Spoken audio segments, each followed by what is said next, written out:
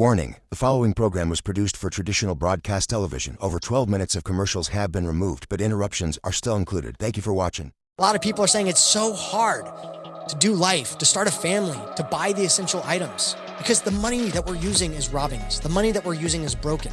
Everybody wants to try to fix things, and they're going to use the government, and they're going to use other policies to try to fix things. But at the root of it is our money, our time, labor, energy, and freedom.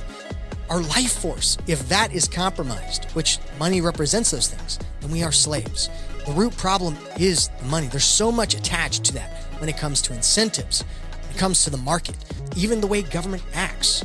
We need to take money back.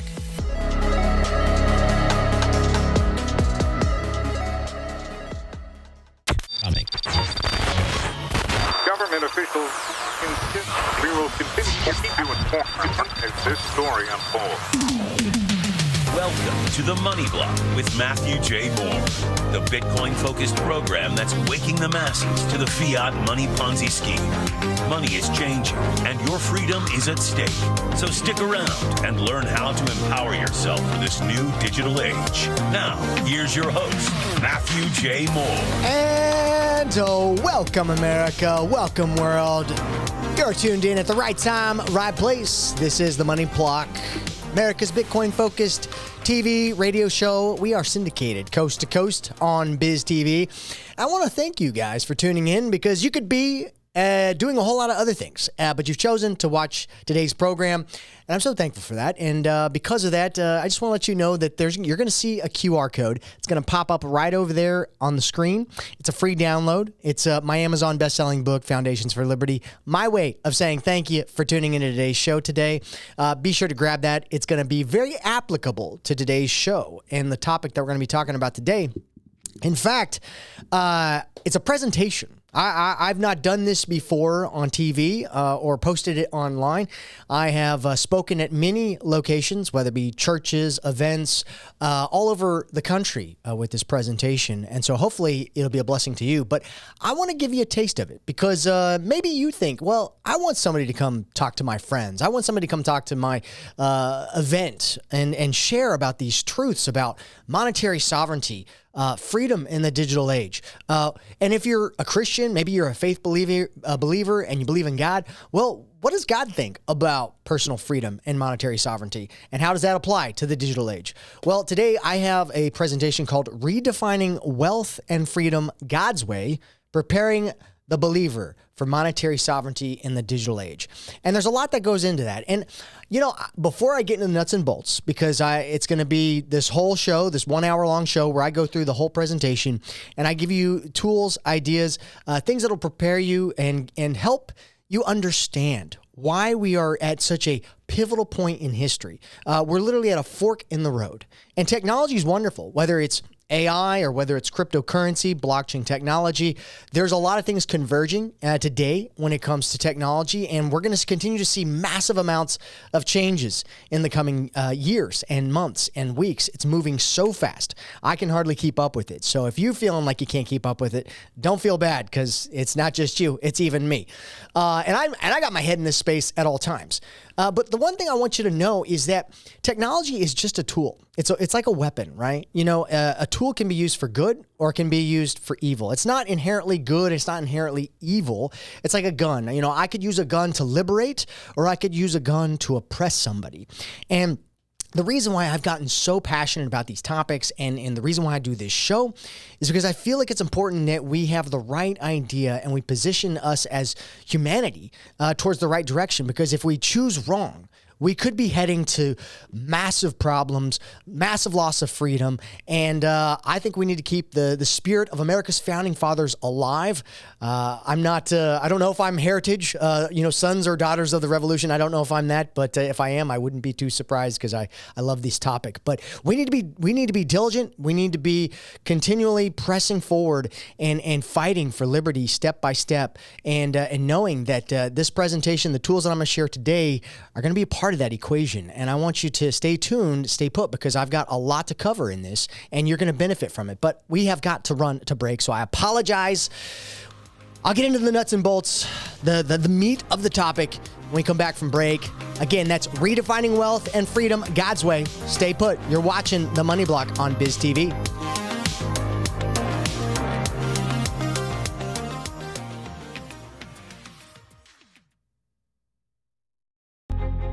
What does it mean to be physically, spiritually, and financially free? The right to life, liberty, property, and the pursuit of happiness, these were the ideas that made America. But what happens to these ideas when America's money becomes compromised? What do you do when the very thing that you're working for day after day is fundamentally designed to enslave you? Whether it was a conspiracy or not, you won't believe what is about to happen in this country. Arm yourself today with the truth and build your life on the foundations for liberty. Rediscover freedom in the 21st century and grab a copy of my Amazon best-selling book, Foundations for Liberty. For just $11.99, you can support this radio show by finding a copy on Amazon or by going to mattjmoore.com. Again, that's mattjmoore.com.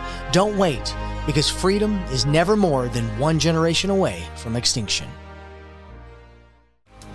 And welcome back, ladies and gentlemen. It is round two, segment two of The Money Block, America's Bitcoin-focused TV and radio show, syndicated coast to coast on Biz TV. And man, I want to thank you for tuning in. You could be spending your time doing other things, but today you are going to be learning a lot about freedom, money, how it relates to your spiritual life, where the world is going, and why we need to be diligent pursuers of freedom and liberty. And we need, we got 250-year anniversary of America. It's here. It's this year. It's this summer, 2026. 250 years. We're going to embrace that. We're going to embody that spirit of freedom and liberty, self-governance, responsibility. These are things that are important. And whether you live in America or not, this is important for everybody, because we are living in a time where we've got AI, blockchain technology, things called cryptocurrencies, central bank digital currencies. Technology is changing our world. It's moving fast, and I can hardly keep up with it. But I am here to do my very best. And so today's presentation, I'm going to be sharing with you something that I go and I do at churches, events, businesses. It's redefining wealth and freedom God's way, preparing the believer for his monetary sovereignty in the digital age. Because like I said in the first segment, technology is a tool. It can be used for either good or bad. You can use a gun to oppress somebody, or you can use a gun to liberate somebody. And I truly believe that AI and blockchain technology, the things that make cryptocurrency possible, fall in that same idea, that same vein. And so we're going to explore these ideas today. And so if you bear with me, and I don't want to forget, as I'm doing this presentation, you're going to see a QR code that's going to pop up on the screen. That is a free gift. My way of saying thanks for tuning in today, because, I couldn't do this show if it wasn't for you guys watching it. But it is a free gift, a digital download of my Amazon best-selling book, Foundations for Liberty. It'll help give you the tools, ideas, primers to get you going in the right direction when it comes to freedom, liberty, when it comes to how are we free monetarily, how are we free spiritually, how are we free in the way that we govern ourselves and the government that we elect. So I encourage you to download it. It's great. It'll give you way more context, way more depth than the presentation I'm doing today. So let's go ahead. Let's get it started. I'm going to go ahead and share my screen, get this slideshow going. All right. So first thing is obviously the title. We're going to move on though, right? Give me liberty or give me death, right? Great quote from Patrick Henry, a great American founding father. Love the idea, love the spirit behind it. But the question is life worth living without freedom? And as a Christian specifically, we are free in Christ in every way. We are given an abundant life. And so I want to pose a question to you during this presentation. What does true freedom look like? And that's going to touch many parts of our life. So what is God's plan? If you're a Christian, a believer, maybe you believe in God or Christ as your personal savior, well, the Bible's very clear where it says freedom, we have the freedom to choose. We have free will. Genesis 2:16 through 17. we're also called to be good stewards of our life and resources. From the very beginning, God gave us the option to choose. He wants us to be able to live life and in a way that we love others. And love is only possible if we have the freedom to choose, if you think about it. We don't want to be robots, right? We don't want to be robots. But the question is, when it comes to our life, our talents, our resources, are we going to bury our talents and gifts? Are we going to, bury our heads in the sand out of fear of what might happen? Or will we multiply what God has given us? That can be found in the story of the talents, Matthew 25:14 through 30. So obviously, we need to be good stewards, faithful servants to what has been allotted to us. And ultimately, we need to build the kingdom of God. We need to advance the gospel, the good news, to every nation, which is essentially the Great Commission, Matthew 28:18 through 20. Jesus has died for all of us, and that salvation is for everybody who believes, and faith is a part of that equation. So you must have faith in that. But let's continue to move forward. Requirements. So what are the requirements for God's plan, right? Well, actually, yeah, we kind of went through that already. But we need to follow and fulfill God's plan. We must be personally free. I hinted on that. Free spiritually, physically, and monetarily. Freedom requires discipline and self-control. Essentially, the fruit of the Spirit. Galatians 5:22 through 23. And, it's like if we're not going to govern ourselves, we're going to eventually be governed by others. So it's better to have self-control. It's better to govern ourselves so that we may not be governed by others. So essentially, my message is freedom is personal responsibility. It's accountability. And a lot of us don't like to hear that because it calls us to a higher standard. If we don't govern ourselves, we're going to be governed by others. Freedom requires the Holy Spirit, the Holy Spirit living in free men. It's the fruit of the Spirit that must be evident for all. What's the fruit of your life? When people look at you, when people observe how you act and how you live, what would they say about the fruit of your life? And those attributes of the fruit of the Spirit is love, joy, peace, patience, kindness, godliness, faithfulness, gentleness, and self-control. Well, I should say goodness, not godliness. Well, godliness is goodness. But let's move on. So, got the next slide here. Number 5. So, where the Spirit of the Lord is, there is freedom. 2 Corinthians 3:17. I think it does a great job illustrating the truth that the Spirit of the Lord is freedom. And we're going to go through the next slide here. Benjamin Franklin. Love Benjamin Franklin. Benjamin Franklin's got some great wisdom. In fact, he's wearing his cool Thug Life shades. They who would give up essential liberty for temporary security deserve neither liberty nor security. I think that's a truth that needs to be held dearly because a lot of us want to have security, but in trade of security, we often lose freedom. I don't think that's a good trade. Well, when they were ratifying the Constitution, when the Founding Fathers were ratifying the Constitution, Benjamin Franklin was leaving the Constitutional Convention. And a group of people asked him, "Sir, what do we have now? Monarchy or republic?" And he says, "A republic, if you can keep it." It's a play back on that personal responsibility, accountability. And they knew this experiment was fragile. All right, so what is the problem, right? The problem is money is a tool. It represents our time, labor, freedom, and life force. As you can see, you got the lovely devil there holding some cash. Our money is essentially broken. We are unknowingly slaves. So every day that we save in dollars, our life force is essentially sucked away. It's sucked away through inflation, debasement. Our work in life is essentially devalued and indirectly robbed. It's a hidden taxation. A lot of people don't think of it that way, but inflation is like a hidden tax. Since 1913, truth is, our dollar has lost more than 98% of the value. And it's continuing to lose value and at a very rapid pace. So what happened in 1913? Well, the Federal Reserve was created. And you could kind of put 2 and 2 together there. But Fun fact, about 40% of all dollars in existence today basically were created during COVID, which is kind of hard to imagine. But when you create that much money, you better believe you're going to see some inflation in the near future, which we have and are continuing. So the tool that we are using as money essentially must not be corrupted. It must not be compromised. It must not be controlled by a central group that have permission to counterfeit money willy-nilly, just by decree, press of a button, right? And so when we go back and we think about the money and we think about it being corrupted and compromised, well, we are slaves. And we've got this illusion of freedom because if our time and labor is compromised, well, essentially that is our money. And that represents our life force. So our life force is compromised. We are controlled, taxed indirectly. But we do not love money. We simply use it. And I'll get more into our presentation here and give you more, not just the problem, but even the solution.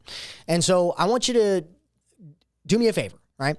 If some of these concepts are new and you want to go deeper, be sure to download my book, Foundations for Liberty. You're going to see a QR code right there. You can scan it. It's a free gift, my way of saying thank you. It'll go into this presentation a little bit more further in detail where you can learn and get more historical context for what's at play here. But to tease this next frame here, the deception, right? We're going to dive into easy versus hard money. Easy money has no limit. Hard money is limited in supply.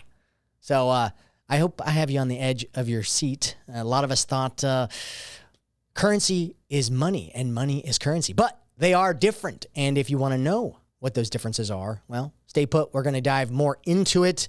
I got more great content with this presentation. We're going to talk liabilities. We're going to talk about assets. What is money? How does it fall into context with that? All right, guys, we'll be right back after this break. Don't forget, there's that QR code. We'll have that up the whole entire episode. Stay put. You're watching The Money Block on Biz TV. We got more great information coming your way.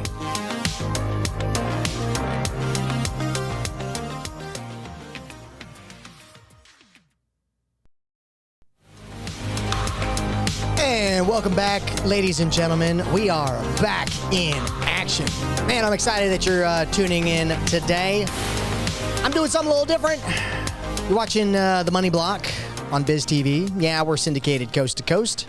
But, like I said, we're doing something different this episode. Usually I got a guest on and we're interviewing them, talking to them, but I'm sharing a presentation with you today.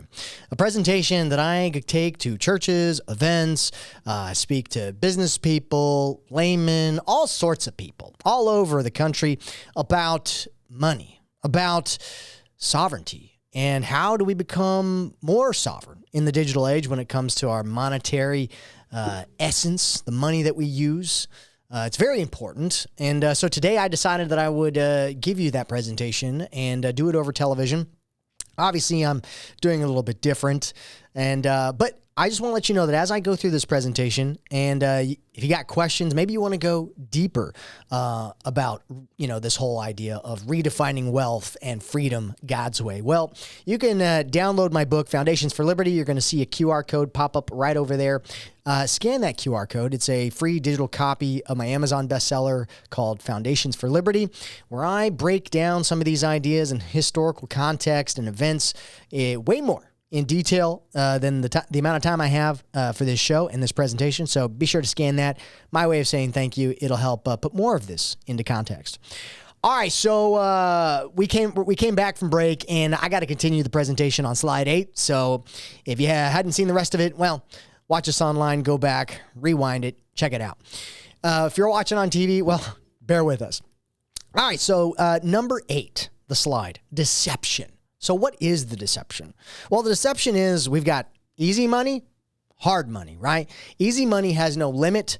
Hard money is limited in supply.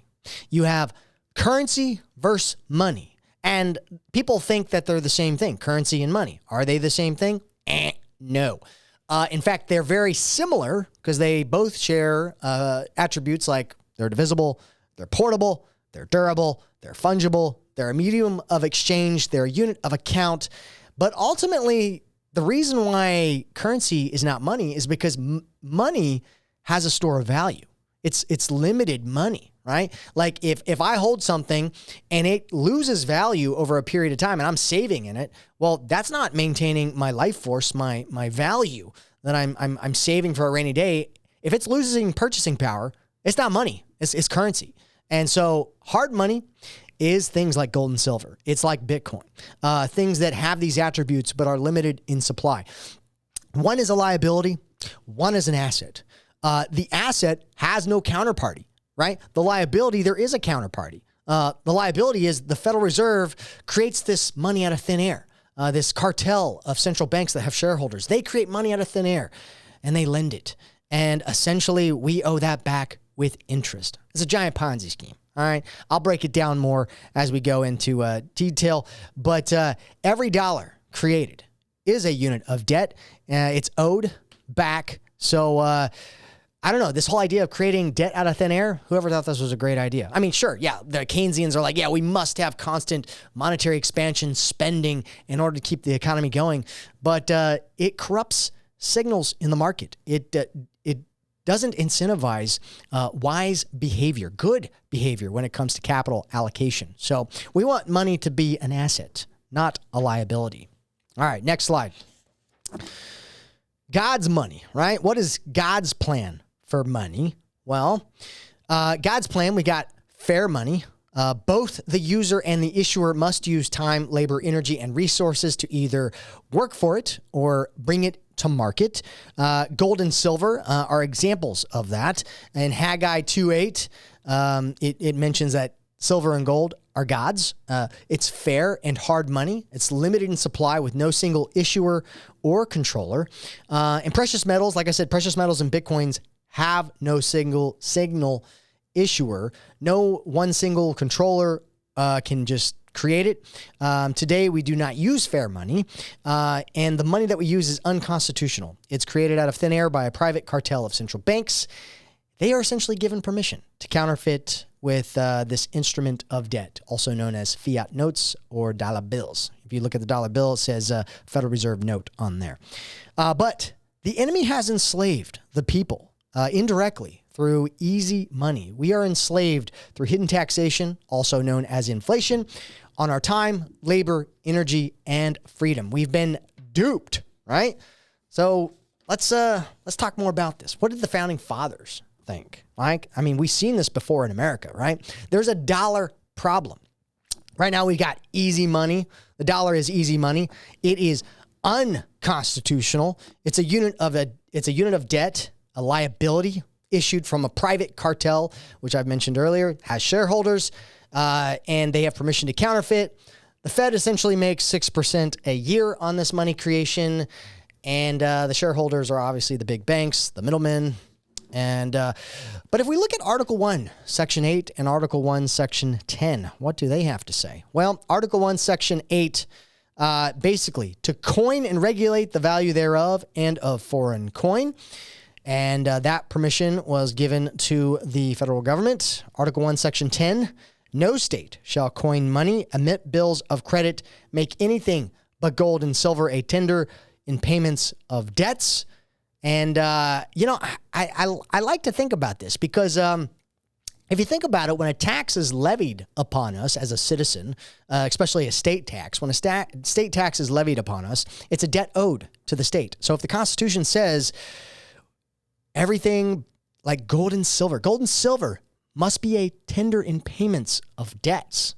Well, if we're paying our state taxes, debts owed to the state in fiat dollars, not backed by gold and silver, to some degree since 1971, we've been a complete fiat currency backed by nothing. Well, those taxes are unconstitutional unless they are collected in gold and silver. And, but we don't really follow the Constitution nowadays. I mean, why do we need that, right? I guess my question to you is, like I said, this Federal Reserve cartel gets to create money out of thin air and make 6% a year off of it. How many federal agencies have shareholders? None, right? None.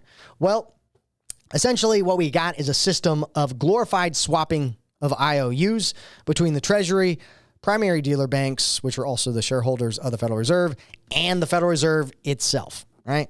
So it's a giant shell game, a giant Ponzi scheme, and we are not following the Constitution, unfortunately. As I mentioned, the dollar is a Ponzi. Inflation, the nature of the game, enslaves people with a hidden taxation, transfers wealth from the population to the elite, those closest to the money printer. It encourages never-ending debt creation. And fiat currencies always go back to the true value of zero, with many never lasting longer than 50 to 70 years. I got more to add to that, but we got to go to break. So when we come back from break, I'll revisit this slide, and I'll give you more context, more detail about this idea of the dollar Ponzi scheme. So remember, you're going to see a QR code right there. If you want to learn more, you want to follow me through this, get primed in the right way, read Foundations for Liberty. Free download right over there. Give you more context to this presentation. I would encourage you to do it. All right, guys, we will be right back after this break.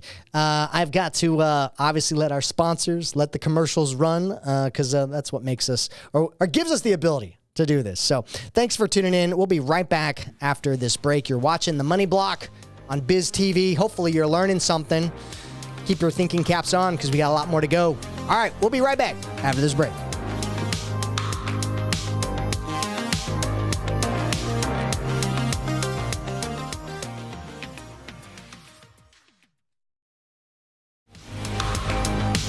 And welcome back, ladies and gentlemen. It is segment 4, round 4 of the Money Block. I want to welcome you back to America's Bitcoin-focused TV and radio show, syndicated on Biz TV, coast to coast. I want to thank you for spending time with us today. Today, I've been doing a little bit of a different episode. Today, I don't really have a guest to interview, but instead, I'm giving you a preview of a presentation that I take around the country. I present to churches. I present to civic groups.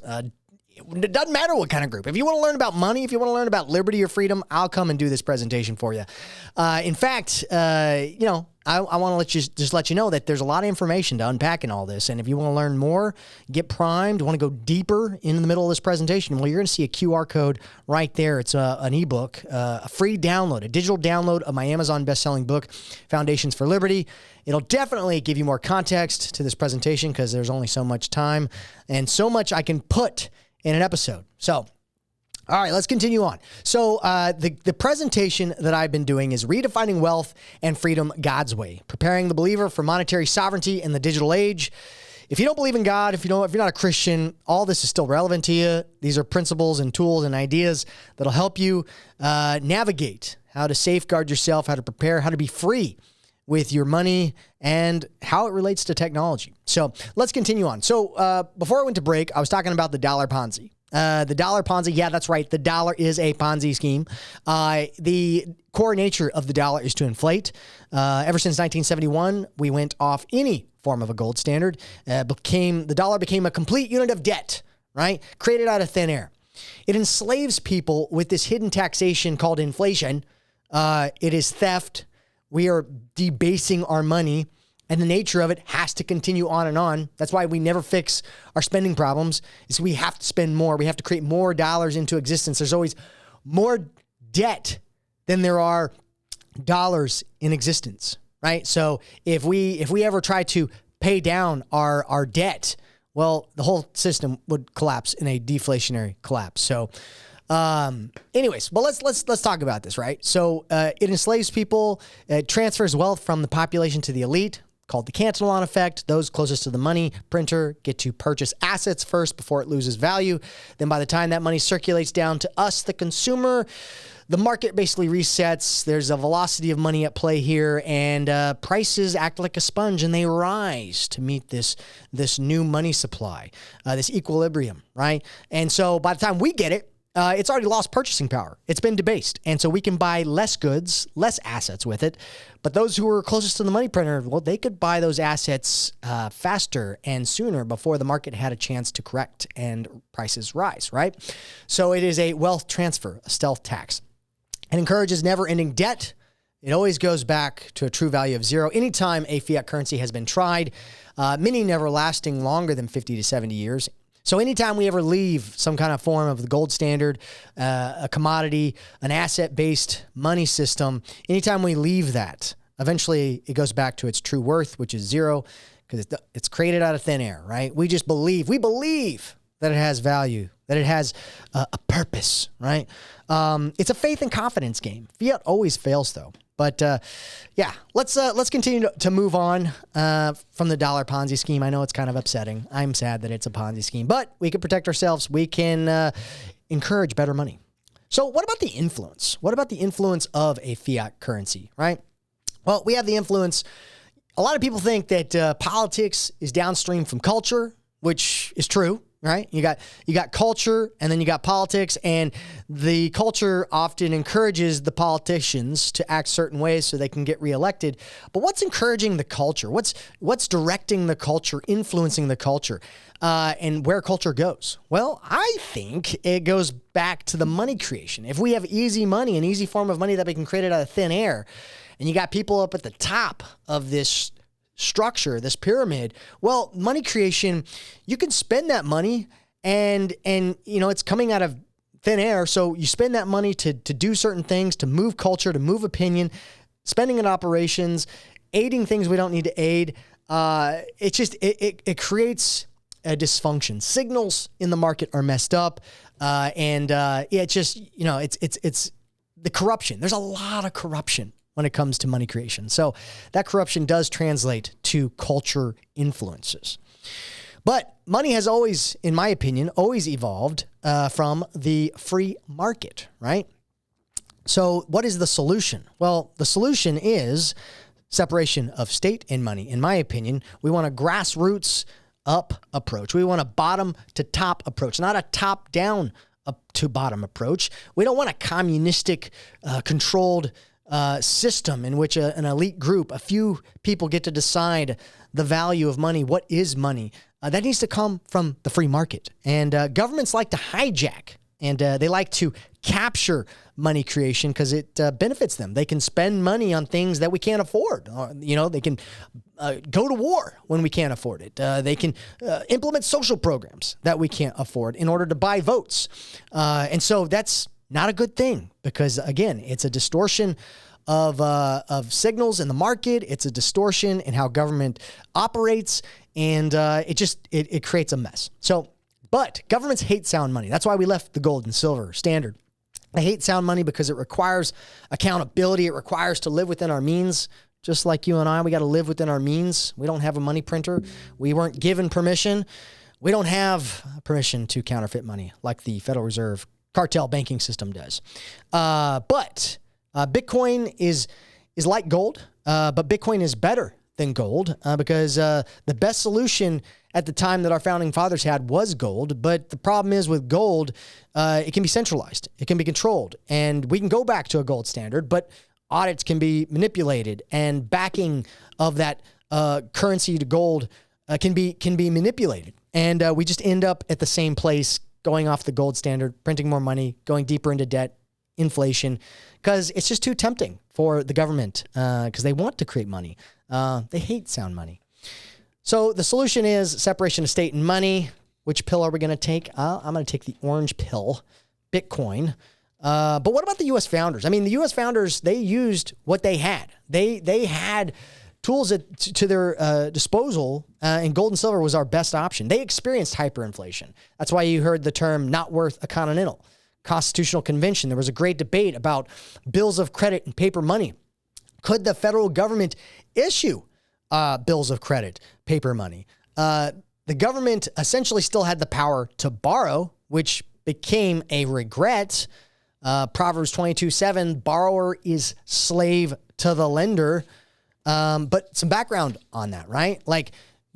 A lot of us think, okay, well, we have paper money today. So are we, and if the ability for the federal government to create paper money or bills of credit was not included in the Constitution, then how are we doing this? Well, they were given the power to borrow. So we're actually borrowing from a private entity that has shareholders called the Federal Reserve. Federal Reserve is as federal as Federal Express, right?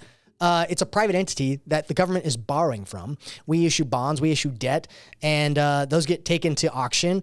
And essentially, these bonds end up back at the Federal Reserve because the Federal Reserve, through the process, ends up buying our bonds and creates money out of thin air, writes a blank check, presto, new money into existence, right? That's a very dumbed down, very 30,000 foot view of what's happening, but it's a giant shell game. So let's move on here. I'm running out of time. Only got so much time. Thomas Jefferson, he made a quote. He was writing a letter. He goes, "I wish it were possible to obtain a single amendment to our Constitution, which I would be willing to depend on that alone for the reduction of the administration of our government to the genuine principles of its Constitution. An additional article taking from the federal government the power of borrowing. I now deny their power of making paper money or anything else a legal tender." That is separation of state and money. He realized that we made a mistake by giving the federal government the power to borrow. Economist F.A. Hayek, "I don't believe we shall ever have a good money again before we take the thing out of the hands of government. That is, we can't take it violently out of the hands of government. All we can do is by some sly roundabout way is to introduce something they can't stop. I mean, maybe a technology like Bitcoin, decentralization, no central issuer.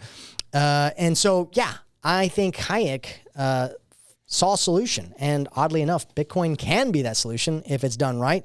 And I definitely want to go through the benefits of Bitcoin and the advantages of Bitcoin. But we are coming close to a commercial break, so I am probably going to hold off on diving deeper into the Bitcoin advantage. So when we come back from break, I'll talk more about the Bitcoin advantage, why it's better than gold and silver, which I'm not a hater of gold and silver. I think we need gold and silver.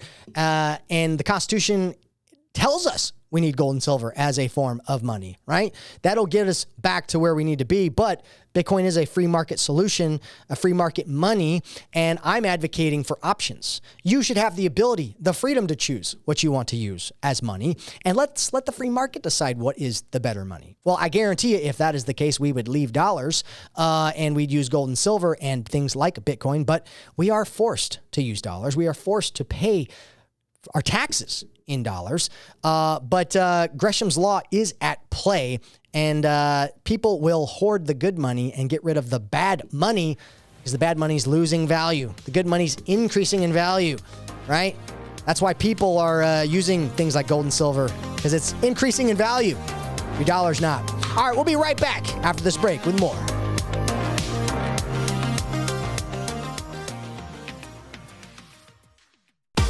AI is here, money is changing, but freedom has never been more important. I'm Matthew J. Moore, the Money Block host on Biz TV, Amazon bestseller, and Bitcoin policy advisor.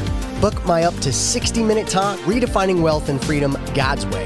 I'll teach your church, business, or civic group how to secure money, freedom, and faith in the digital age. This is urgent, so I'm slashing my fee from $1,000 to $500. Cover my travel, and I'm there. Scan the QR code now. Spots are filling fast. What does it mean to be physically, spiritually, and financially free? The right to life, liberty, property, and the pursuit of happiness, these were the ideas that made America.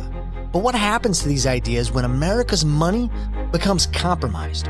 What do you do when the very thing that you're working for day after day is fundamentally designed to enslave you? Whether it was a conspiracy or not, you won't believe what is about to happen in this country. Arm yourself today with the truth and build your life on the foundations for liberty. Rediscover freedom in the 21st century and grab a copy of my Amazon best-selling book, Foundations for Liberty. For just $11.99, you can support this radio show by finding a copy on Amazon or by going to mattjmoore.com. Again, that's mattjmoore.com. Don't wait, because freedom is never more than one generation away from extinction. And welcome back, ladies and gentlemen. We are back in action with the Money Block, syndicated coast to coast on Biz TV. Want to welcome all you Bitcoin newbies, lovers, and experts. Today's a little bit different. Doing a little bit of education with a presentation that I take around the country. And thought I would do it today on today's episode, and it is breaking down this idea of redefining wealth and freedom God's way, preparing the believer for monetary sovereignty in the digital age. But regardless of whether you are a Christian or believe in God, or maybe you're an atheist, well, all of this is going to be applicable. It's going to be positive for you to understand. So I'd encourage you to watch it regardless. But we're going to break this down. We're going to continue on, but Before we went to break, we were talking about the Bitcoin advantage when it comes to money. Well, what is the Bitcoin advantage? The Bitcoin advantage is simply this. It's a bullet point of ideas and principles, and it's what makes Bitcoin awesome, right? It's peer-to-peer money. It's decentralized. No single person controls it. It's unconfiscatable. If it's done right, literally you can keep it in your head, move jurisdictions, and have access to millions, if not billions of dollars, right? It's the strongest computer network. It protects against inflation because it is limited in supply, and nobody has really lost money if they've held Bitcoin longer than 4 years. It's backed by energy. It's open sourced. It can be audited. It's verifiable. It's an apolitical money with no true political agenda. It's birthed by the free market, not the state. So it was a free market idea. It got spread throughout the internet, and people downloaded it, started using the network. It was a grassroots, bottom-up approach, not a top-down approach, right? It's perfect for the digital age, especially with AI. AI agents, they're going to use a decentralized, pure digital form of money. And cryptocurrency, things like Bitcoin, falls into that category. Bitcoin's awesome and has the advantage because it is the biggest network effect. It is permissionless. I don't need permission to download a wallet, run a node, or even participate in its mining process. It is scarce. It's the best form of money if you want to consider it by the truly capped nature at 21 million. Theoretically, you can increase the supply, but that's impossible because the way the network works and the incentives and the economic principles at play. But it's an immutable ledger. It's borderless. It's better than gold. It's a better form of money. And here is a video of how it works, but I'm not going to play that because I'll get in trouble. Copyright on TV. So the evolution of money. So why are things like Bitcoin becoming money, right? Well, there's 4 stages of something becoming money. First, it is a collectible. Then it moves into store of value. Then it becomes a medium of exchange. Then it is a true measure of wealth. And we're right now in the store of value phase with Bitcoin. That's why I don't normally advocate using your Bitcoin for transactional purposes unless you have to for freedom purposes, because I don't want to be that guy that spent 10,000 Bitcoins for 2 large pizzas as it's gaining in value. Eventually, we'll get to a point to where most people have adopted Bitcoin, and it becomes just a simple medium of exchange, a freedom tool in that sense. But we're not there yet, right? I'm hoping we get there. Let's move on to the next slide. All right. So what should the Christian response be? Well, we should be using parallel systems that outcompete Caesar's, aka the government. It's often easier to create a parallel system that is much better than the old entrenched system. That's why the financial institutions are adopting things like Bitcoin and cryptocurrency. Functionally, they are better, faster, cheaper. And, the new system has to outcompete. And when it outcompetes the old system, it sucks everything into it like a black hole. That's why Bitcoin is a black hole for liquidity. All that liquidity is rushing to Bitcoin because not only because it's limited in supply, it's the scarcest form of money that we have based on how it works, but it's also being adopted and it's a better system than our current ones. As I mentioned earlier, we've got Gresham's Law. Gresham's Law is basically you hoard the good, you spend the bad. So if I've got Bitcoin, I want to hang on to it because it's increasing in value. If I got dollars, I want to spend it as fast as I can because it's losing value. It's going to buy me, dollars are going to buy me less, right? So we're essentially going to give Caesar what belongs to Caesar. All right, Caesar, you want your dollars? Take your crappy dollars. I don't want them, right? Matthew 22:21 talks about giving Caesar what belongs to Caesar. Next one is we need to be in the world, not of it, right? Romans 12:2 and John 17:14-16 says this real clearly. We must advocate for a free market, the ideas of the free market. Money needs to be born from the free market, but we can be in the world. We don't have to be of it. We need to use money as a tool that protects and grows wealth. We need to advance the kingdom with godly money, godly ideas, right? At the end of the day, right, we need to embrace freedom. We need to take responsibility as Christians. And freedom should be a calling card to the Christian faith. And that's why I'm so passionate about this topic. We should essentially, at the end of the day, we should take the advice of Thomas Jefferson and advocate for the separation of state and money. As Christians, we must protect our time, labor, energy, and freedom. We must have and use tools that will allow us to build the kingdom of God in a physical and a digital world. Technology, like I said at the beginning, is simply a tool. Just like guns, it can be used to oppress or it can be used to liberate. We need to be good stewards of our money, and we need to do good with our money. Let us use the tools that free us so that we can do God's work in this new digital age. And, if any of this in the presentation, whether from the beginning, if you've been here from the very beginning or you're just now tuning in, download my book, Foundations for Liberty. You're going to see a QR code right here. You can download it for free. My way of saying thanks for tuning in and watching this. It'll give you more context, more history, more detail about the presentation I gave today.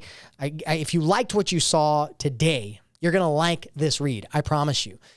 We live in trying times, and we live in a time where we've got to protect ourselves. Affordability is a big issue. A lot of people are saying it's so hard to do life, to start a family, to buy the essential items because the money that we're using is robbing us. The money that we're using is broken. Everybody wants to try to fix things, and they're going to use the government, and they're going to use other policies to try to fix things. But at the root of it is our money, our time, labor, energy, and freedom. Our life force. If that is compromised, which money represents those things, then we are slaves. And the root problem is the money. There's so much attached to that when it comes to incentives, when it comes to the market, and even the way government acts. We need to take money back. We need to use sound, hard forms of money. I'm a big advocate of Bitcoin. Gold and silver is great. Let the free market decide. Let the best win. Let freedom ring. We should have options. That's my calling. That's this message. All right, guys, we'll see you. Same time, same place. Adios.